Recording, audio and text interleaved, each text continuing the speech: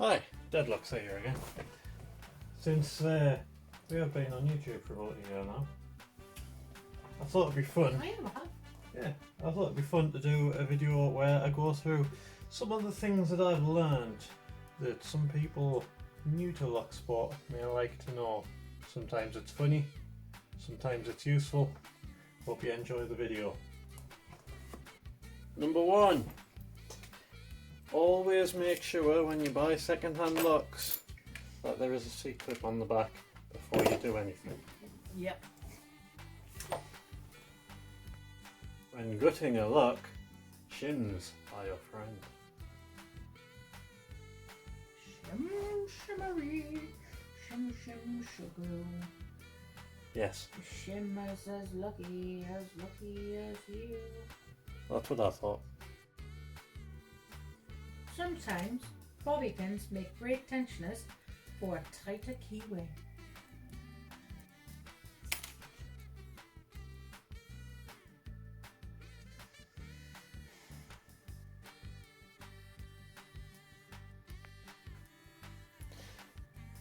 A lot of the smaller lockpicking channels can be a lot more useful for getting information from than some of the big ones. So you can comment, you get answers, and they're friendly and helpful. I like the community. I do, I like the community. We're very nice, friendly people. We like the community. Mm-hmm. If you're picking lever locks with false gates in, you're probably not going to be picking them from feel alone. Especially the good ones, unless you have a lot of experience with that particular lock, or I'd say fantastic lever lock picker. There is an element of figuring out where the false gates are and how to pick around them. Number 6, WD-40 is your friend. Although, number 7, lock pickers don't really seem to like WD-40, so JE85 is your friend. Number 8, eBay is your friend. You can quite often find good, cheap, second-hand locks. Quite often for a good price. There was once I got a big box of locks and keys and stuff for the starting bid of 99 pence. Well, number 9, sometimes eBay is not your friend. There's nothing in there. Number 10, before you pick a lock, check that there's a C-clip on the back. Because you're never going to think about doing that. What did you do? Yeah, number 11, I'm going to leave to Mrs. D to tell everyone.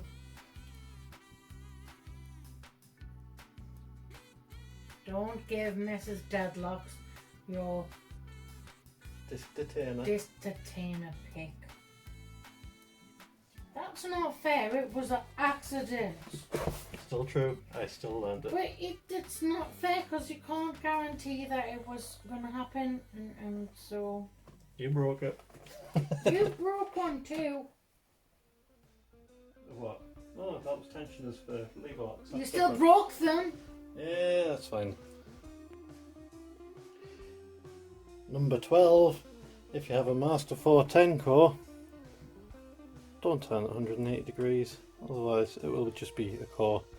This one used to be in the Master 410 Lotto lock. I didn't know that you couldn't turn it 180 degrees. I made a rattle. I had to cut it open to save the core. So yeah, those holes, eject everything out of them. No 180 degree turns on 410s.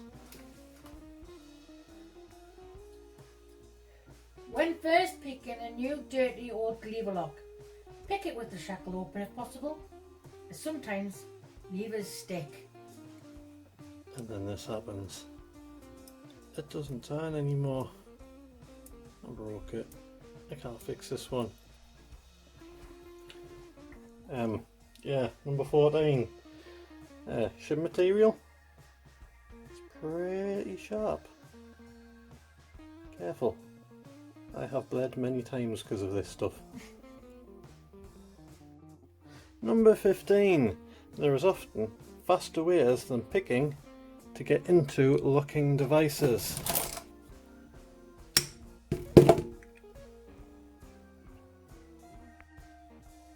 Number 16.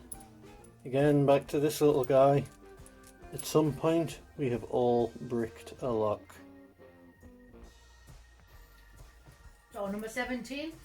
Some of those really fast lock pickers that you see have actually practiced that lock an awful lot. They spend a lot of time.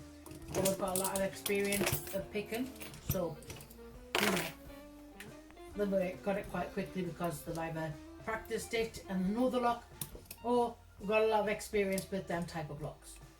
Got to remember, we all start slow, we all start small. We'll get there eventually. If you're picking a lock in front of a camera, that camera adds 25% difficulty onto a said lock. So here is your Master 140. If I was to try and pick this, not in front of a camera, it would open straight away, no problems. If I pick it in front of 6 cameras, it then turns into an ASA twin combi. Hang on, get the key back in.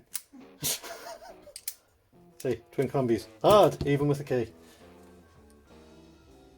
Actually, I think that was the camera. The camera added 25% onto getting the key in. Oh, did it? See, proof right there. Oh, right, is that your proof, is it? It is. See? Tension is important. Sometimes it needs to be light and delicate. Sometimes it needs to be pretty heavy.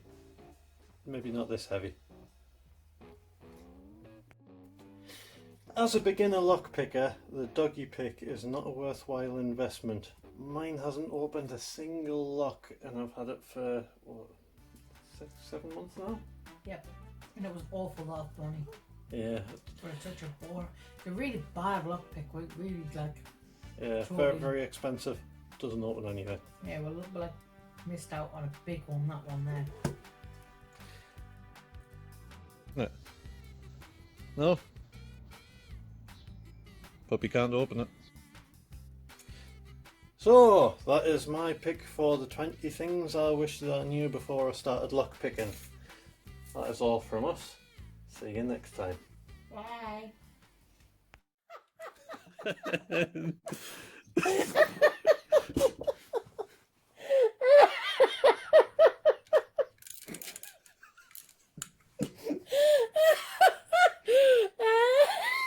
Hang on. We did it.